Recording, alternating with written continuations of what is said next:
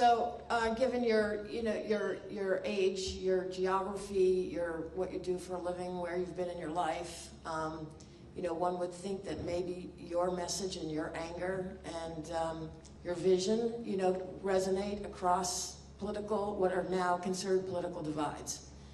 And I think that's maybe the greatest promise in my mind that you might bring to creating a new kind of party, a new kind of vision.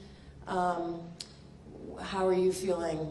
Is your message resonating with people who might not be part of the Democratic Party? And we're in a really, really disruptive time right now, right? And we're not going to rebuild the party that it was. It's got to be something really, really different. Yeah.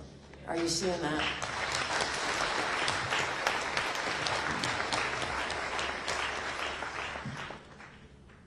As I've been holding these town halls, I've been amazed at how many Republicans and independents show up to them.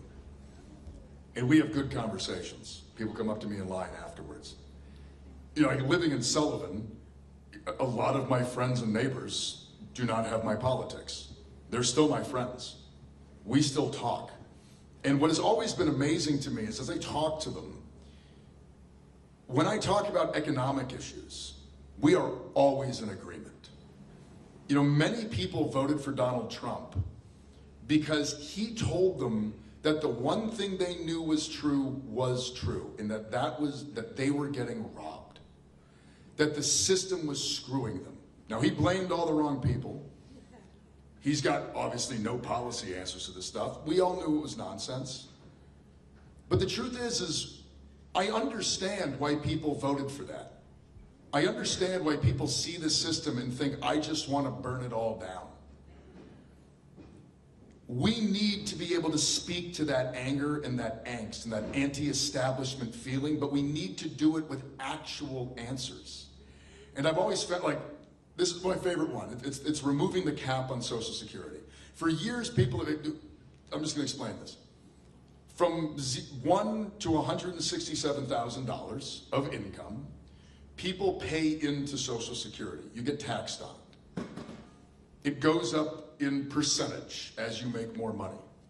Over $167,000, income above that doesn't get taxed. All the money above $167,000 a year that if anybody makes does not go into Social Security. If we removed the cap, we would fund Social Security forever and all time, and we would expand benefits.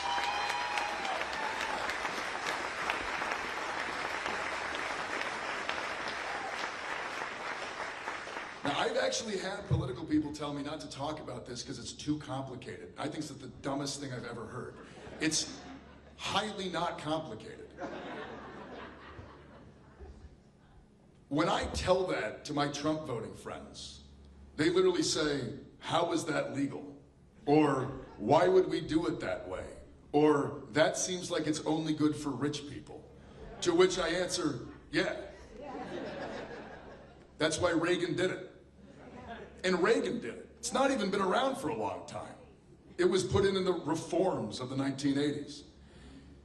This is one of these things where when you talk to people about what's actually going on, and you use normal language, you don't just try to get into the weeds using all this kind of jargon, people aren't stupid. They might be misinformed, they might be propagandized, but they are not stupid. They understand that they're getting screwed. And we need to tell them that they are getting screwed. But they're not being screwed by immigrants, they're not being screwed by trans kids, they're not being screwed by gay people.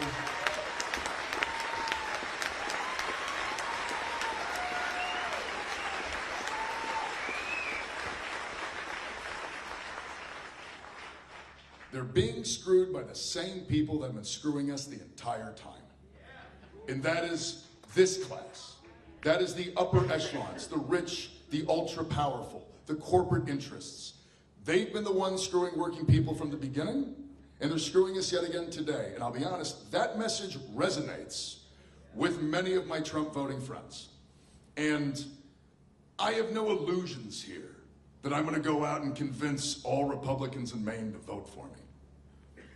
We don't need all of them.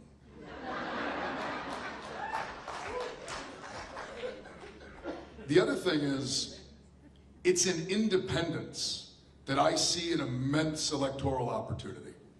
A lot of people in the state have become independents or unenrolled because they're disgusted, because they hate both the parties, because they think politics as it exists shouldn't. And I think my message speaks to that very deeply. And we are going to go out around the state, knocking on doors, talking to people, canvassing, opening offices, paying people to organize in their own communities, to get the word out that what we are doing here isn't nonsense, that this is something different, that we are trying to build something real, and we are trying to tear it all down. But we're trying to tear it all down so we can build something good. That is what we are trying to do, and I think that message resonates across the partisan divide.